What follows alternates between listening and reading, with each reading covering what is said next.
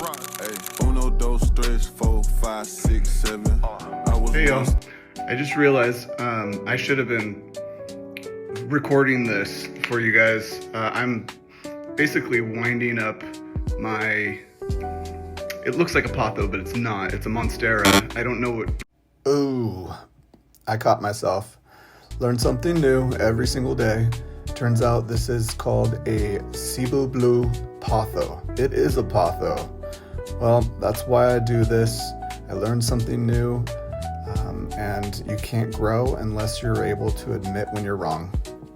But basically, it sits in the stairwell below the window, up high, and it's reached the floor.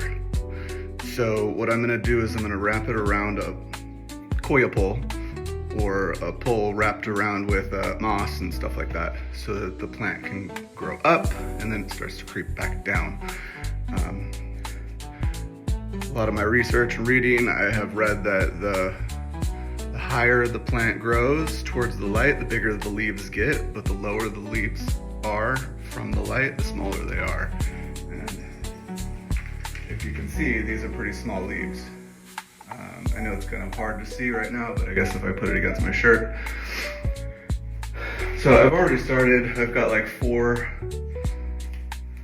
wrapped around. I've got a couple more, but you can see how long this is. I would say it's about 6 feet long. And what I've been doing is just wrapping it up on this pole. So the goal is to be as careful as possible.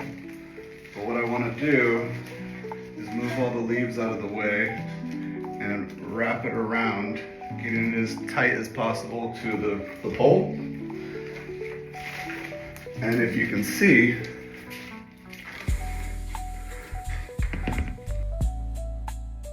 you can see these nodes right here, that bump right there, that's the root. And some are longer than others, like that one right there. And what I want to do is I want to get that root as close as possible to the moss pole. And what that will do is it will root in, and eventually it'll start to root down.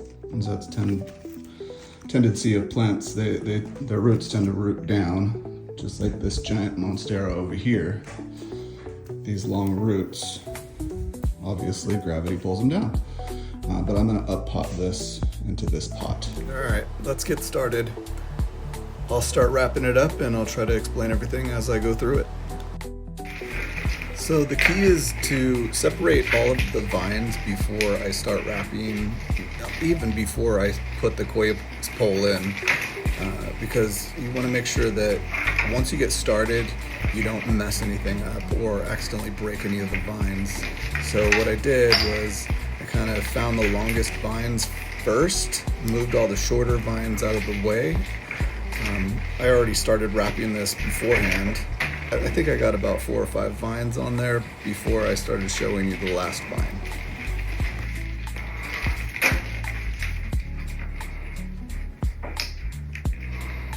I don't know if you caught that, but I accidentally broke a leaf.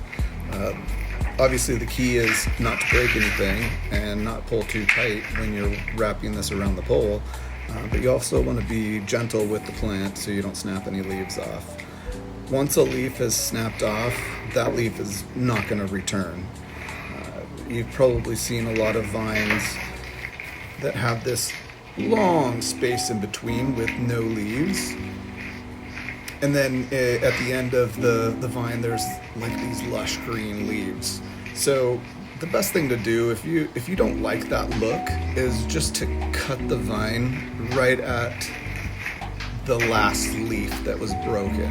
That way it'll start to grow a new set of leaves. Because like I said, those vines will just continue to keep growing at the end.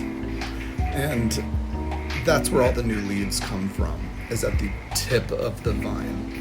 So when you're cutting that where there's a segment of missing leaves, you're cutting out that rope that has missing leaves, essentially.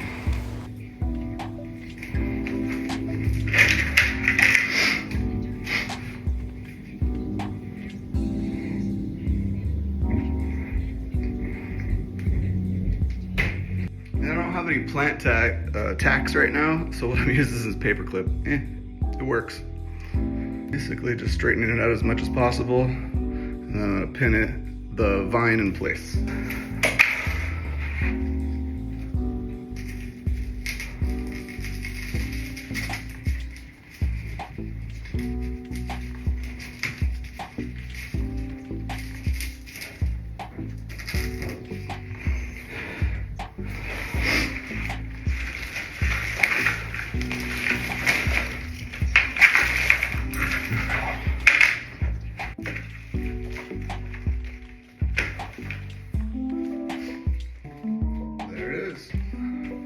Doesn't look so great up top, but eventually it'll cascade down and it will fill in. But I wasn't able to do this. This was dragging on the floor, and it was taller than me. But now it's growing up. It'll give it some height next to the monstera. And I think it'll start to look pretty good. But if you look really close, it doesn't look that great. Eventually this will fill in, the leaves will, turn right side. It's just because the leaves have been like kind of set in place because they've been growing in one direction for so long. But once the light hits them, probably by tonight, they'll turn around because all the leaves always want to turn around and go towards the light. Well, here it is all put together. So we've got a marble potho, a pink bromeliad, a monstera, and then this is that monstera vine that I wrapped around that pole. It used to have a silver potho in there, but it was getting too full. So what I'm gonna do now, because these leaves are kind of dusty, kind of dull looking, is I'm gonna spray them with, this is that silver potho that used to be in there. It just was too much. This thing grows super slow, super finicky. It's got dead vines in there. So I'm gonna put it somewhere else in the house. I'll probably put it in the craft room or something. But this is what I use. I use crystal leaf shine.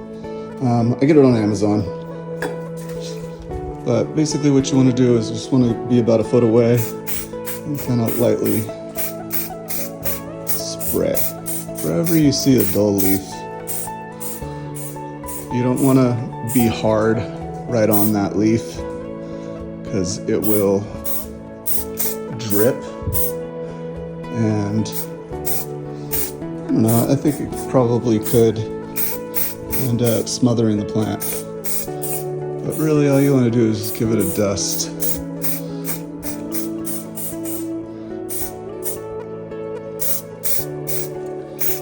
Watch out, William. And that's it. It's all shiny now. I'm gonna put it up in the stairwell now. This is where this lives. I built this box back in 2020. This is my second version of the box.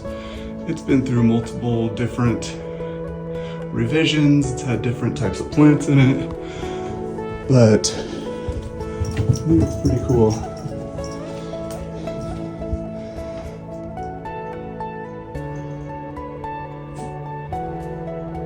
Just gives the area some look. And that's it. Let me know what you guys think. I love this area over the stairwell. Love it. It really comes together, and it doesn't look so sad and empty. So let me know what you think. Maybe if you feel like I should have another plant in there. I don't know. But thanks for watching.